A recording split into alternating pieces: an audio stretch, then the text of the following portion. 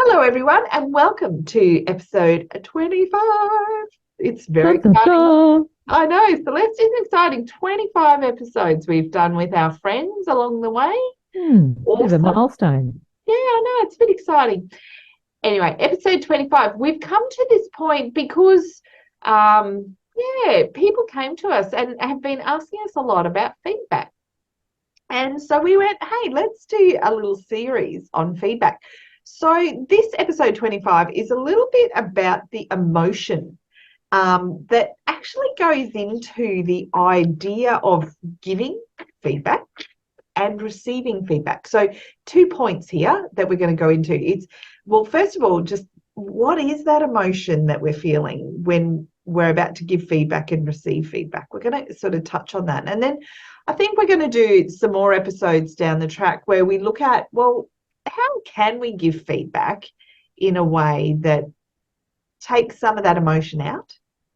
And Mm. then, and how can we, and then we might do another podcast as we grow down the line there about, well, where can we learn more about how to give feedback that's confident and competent to us? Because remember, we're all different and unique humans, and, we've all got a different way of presencing. So, how do we do it, and what would work for us as opposed to, another group of workforce? So anyway, Celeste is here with us as always. Hi, Celeste. Hello. Yes.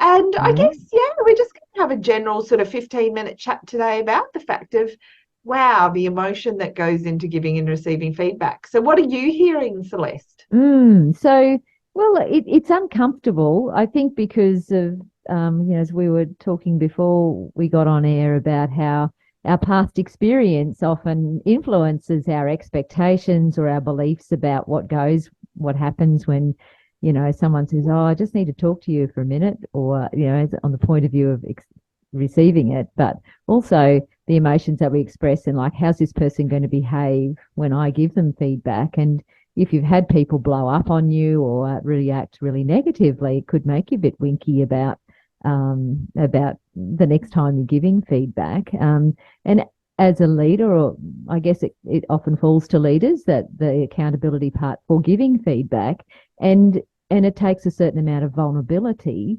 to do that, to actually, to say that you need to share some information with them and with another person. And so you're making yourself vulnerable to however they're going to respond to that. So Mm, I guess that we find that a bit uncomfortable and a bit scary.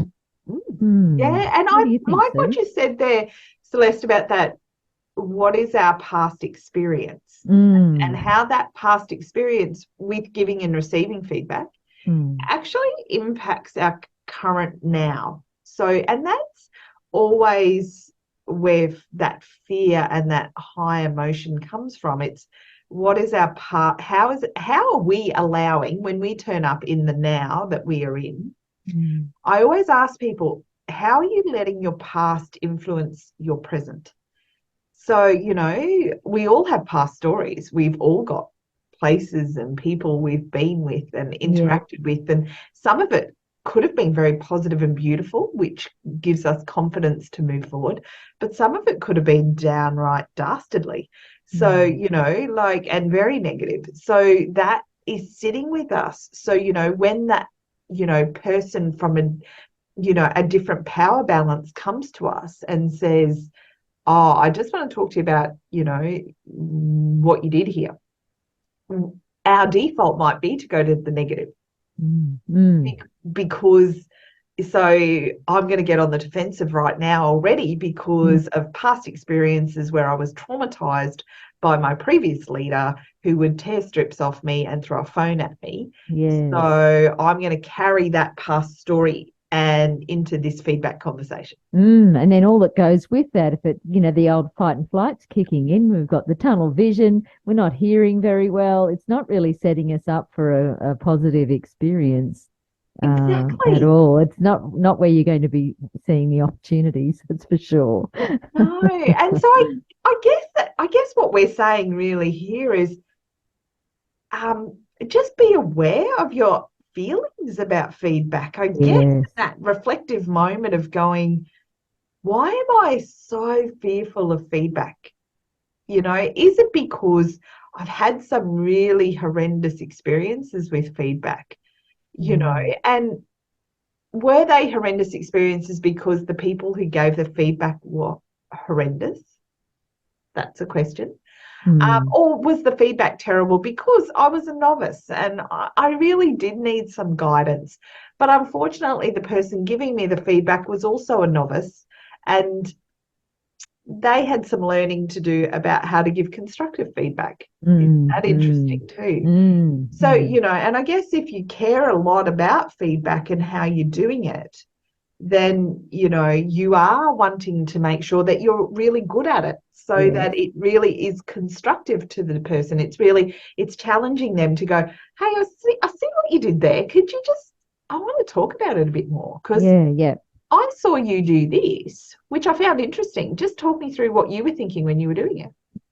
Yeah, that's great. Getting the other person's perspective. So it's inviting a conversation about it. Yeah, because I might do a particular task a different way, but we get the same outcome. Yes. So it might be a learning opportunity because I might be learning as the feedback giver another perspective of doing the same job. Yes. And it sounds like there's an element of letting go of judgment. Oh, gosh, yes. You cannot go into feedback with an intention of trying to destroy another human. No. Because you will.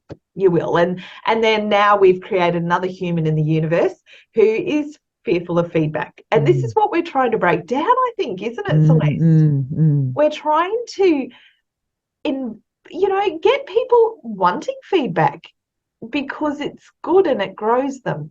Yes. Yeah. That's what we want. And I want to add that for us to grow a bit of resilience around like what do we focus on that helps us to stay clear about having the right intentions in giving the feedback, and also about and how to focus on the positive change that we want and not be distracted by another person's reactions, because we all own our own behavior, and try to sort of have a filter for that. And likewise, as a recipient, that we don't fall into the scope of, just because feedback's given poorly, that we lose all curiosity about where they might have been coming from. So, sure, they did chuck their phone around and they carried on like a pork chop, which makes it very easy for me to then say, oh, it's all their problem. They're just having a bad day, and brush it off, when really they did have a valid point. They just got lost in their own emotion at the time. It probably wasn't the best timing that they chose, but there was still something there. And to try and step back from that and just be curious and say, oh, actually, look, I know that things sort of, the wheels fell off there, but like, can you just run that by me again? Because I kind of missed what you were getting at, and I'm keen that we work this out, that I understand what your point was. Yeah. And if we can let go of our own reactions to behavior that's people's emotions, and stick with like, well, actually, what's the message that we're trying to get here? It can really help us to get clarity and to stay on message. Yeah, it is. Make sense? And so I guess what we're trying to get out of this podcast today is going, feedback creates emotion in both people. The receiver and the giver will have a reactive, emotive moment to feedback. Okay, the receiver is nervous because, they are thinking that it might mostly be negative. They think that it might be life-threatening. It might lose them a job even. Yes.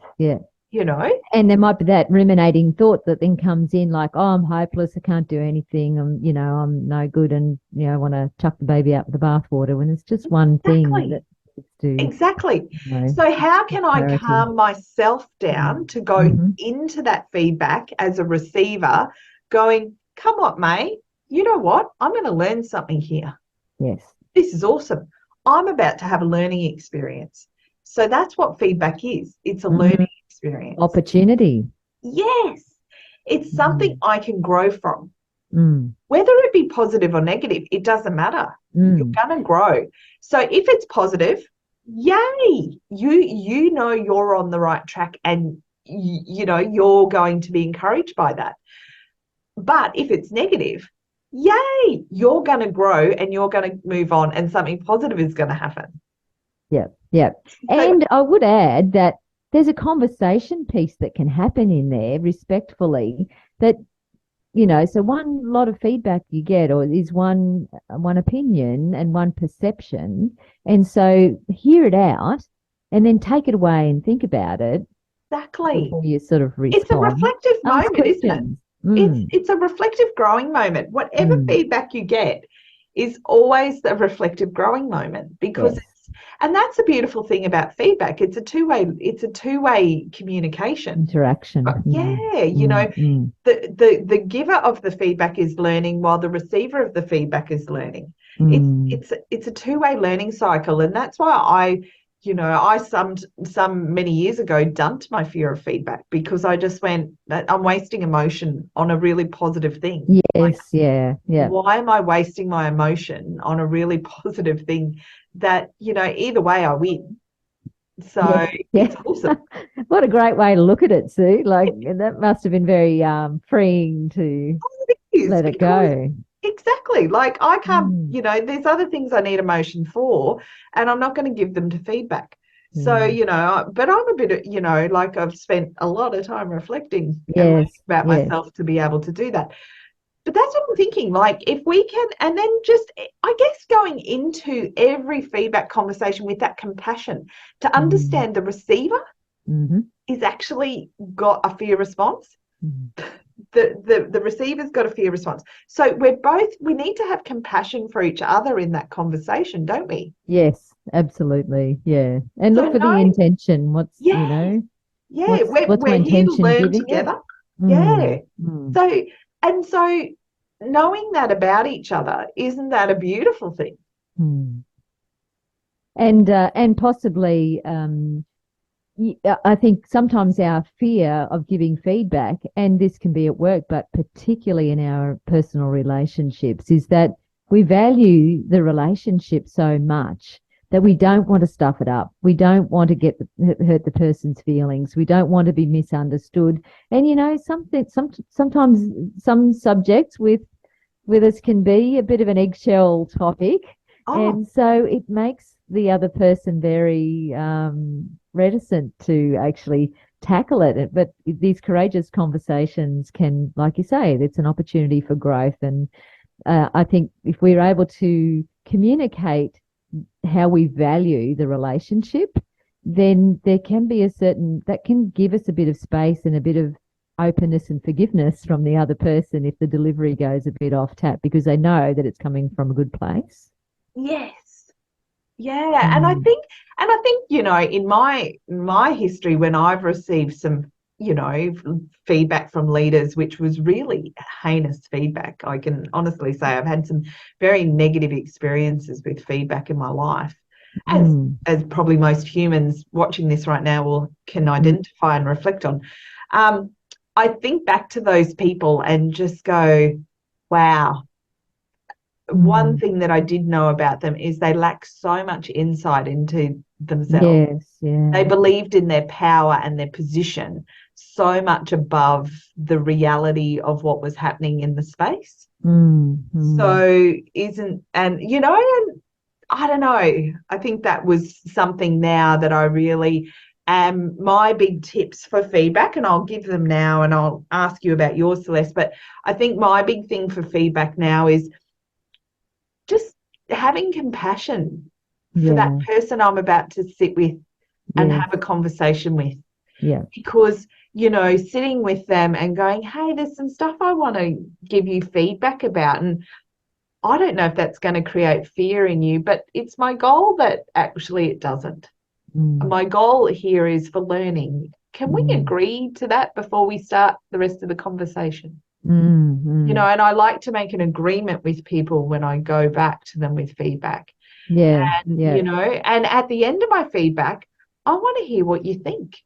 And I want you to feed back to me what I've just said, because I want to see if there's something else I can add value to the feedback I've given you based on what you understand it to be. You know, and that's my big thing, is being present in the now with that person, understanding that their fear of feedback as much as mine. And that really I can, you know, and I understand when I come to feedback these days, I am always holding the dominant power position. And so I really have to be very mindful of that, that person does not feel fear by even just my position. So that's always my big tip. I'm really present. I really know that I'm prepared and I'm in a good place to give the feedback, and that I've really made an agreement with that other person and acknowledge the fear that comes with it. And I don't, gosh, in the last few years, I really, I can't say I've had a negative outcome from feedback. That's awesome. A lot of those principles. Yeah. I've done some bad feedback too. I got to own it. I did some pretty bad feedback to people. And, you know, to anybody who might be watching this who had some of that feedback from me previously, my apologies. I've learned a lot since then. All lived and learned. What's your big tips? I don't know, Celeste. You learned? I think you've covered most of it off, really, Sue. I think it's that, for me, like at the kickoff, is that, what's my intention? What do I want? What's the outcome I'm looking for here? And just to make sure that that it's coming from a good place, and keep the focus on that. Also to check in with how I'm feeling, that, like, is it good timing from my end? And then when I'm set to, when I see the person, to say, like, I'm just listen, I wanted to talk about such and such, and is now a good time for you? So that I've noticed that I'm ready. I want to make sure that they're ready and open for it. And if they've, you know, hungry, angry, late, you know, all those factors going on for them, then just say, yep, that's fine. We can do it after lunch, or, you know, like, exactly. I'm looking forward to just having a chat about it, sort of thing, so that they're not worried unduly. You don't want to be hangry. No way. So that's really too much collateral damage. And I think what's the important part of just this small little podcast that we're talking about this is knowing that it's really scary. Feedback can be really scary, and you're okay. You're safe. You're well. And if you're honest and transparent with how you're feeling about feedback, with the person that you're feedbacking with, that's okay. We're kind humans who actually have compassion for each other often. We're just a bit too scared and fearful to talk about it openly with each other, because we might see that as weakness. And it's not weak, it's human. And actually, as we're finding, you know, with all the leadership stuff that's going around these days, there's a greater push towards making ourselves vulnerable is better leadership and more inclusive, and brings people in and engages them when we can do that as a leader. So embrace the fear. Exactly. It's when we know we're uncomfortable, we've got the most ability to, we have more ability to have success when we're a little bit uncomfortable. That's it. In the stretch. Exactly. Well, do you think that's a good wrap up, Celeste? I think so, Sue. I think that's perfect. Well, I guess everyone, if you want to follow this and watch the next episode where we talk about what you can do then to learn more about feedback and to get your confidence and competence at it, jump in on the next podcast. But just know fear is normal with feedback, because remember, our past stories have had some things that we've held on to, and we can let them go. We just have to reflect back and let them happen and let them go. Okay. Onwards and upwards. Everyone. See you later. Thank you. Bye.